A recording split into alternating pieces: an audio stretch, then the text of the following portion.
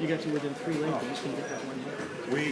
That 38% in our MO for the season is 40%, 41% shooting.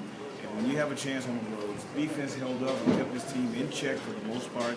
We got 3 stops in a row and just couldn't make a shot.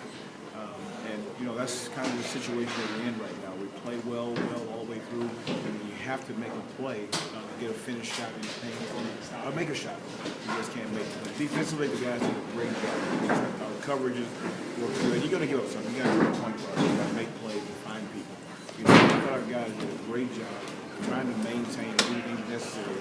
But we had a few breakdowns late, and then of course at one point it was 71-71. They went on a 15-5 run. But we started to play individually and try to make plays from there.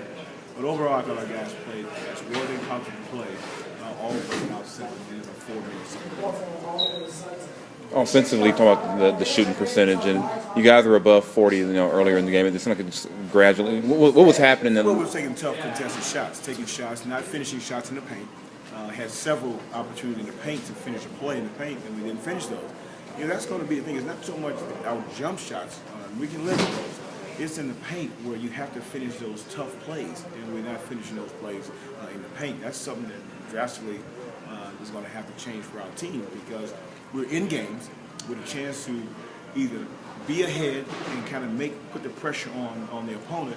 But then when you don't finish those shots in the paint and you're playing against a quality basketball team, guys who can shoot, guys who can have good decision makers, it's going to keep putting pressure on your defense, and your defense is just not going to hold up all the time against a really quality basketball team.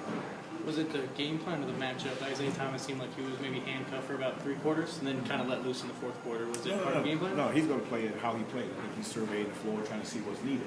He's trying to manage the game like a point guard. And so for him to try and go in and be a big scorer right now, that's not what our team needs. So he's a first-year guy. And he's trying to figure the NBA game out, how to manage the game with other players on the floor as well. And then pick his spot to make plays from there. So I think the young man is doing a great job, considering he was the last pick of the draft, and that's what he made his position right here. So he's growing at a great rate right now. And so I don't want to put any pressure or any other things on him that he doesn't need at this moment. How do you get to the point where you can get the guys out of those 4 or 5 minute periods where you guys get away from the offense and start selling for the tough shots? That's still going to be a growing process. Because as our starters continue to grow and get an understanding of what the score is in the game, what's needed, where the ball needs to go. Because I can't manage everything from afar. They got to understand and start to see that. But as we grow as a team, hopefully that irons itself out. But right now, we're going to be in these kind of situations. I love the fact that we are going to compete, and we are competing against every team we're playing thus far. And we have a pocket of a 4-minute spurt to where we move away from what we've done to where we end up where we're going to put pressure on ourselves to close the game out. What did you like about what Dante gave you at the start? I just felt that it was going to be necessary for us to be able to guard a shooting 4. Channing Frye was going to, watching him over the last 4 games, he was moving in different positions on the floor. Alvin moved him around a great deal, and so I needed a kind of a perimeter player to be able to still be big enough, but yet still be able to understand where he might be, a situation that might be a switch on a pin down. And this matchup in this particular game here probably wasn't conducive to having big 4s on the floor right now. I thought Dante gave us the energy needed for the first quarter. I knew we had to have a great first quarter to have a chance in this game. And we had that. We carried over to the second quarter. So I thought he did a good job out there on the floor. And, guy been patient.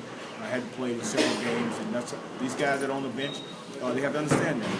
There's going to be situations during the course of the season where they have to remain ready with their conditioning to be ready to play a full game. And I thought he did that the last 2 nights. What made you just have to go to Travis in that second half? And so I needed something a little bit different. I thought we wanted something else a little bit different. And I thought Travis provided that. But again, he and Dante in this particular game here was going to be needed for him because the hybrid type 4 that was going to be needed on the floor. And so Dante has started the 3rd quarter. I wanted to come back with kind of another hybrid 4 to be able to play on the floor when they had their Channing Frye or they had their space at 4 on the floor. Thanks, guys.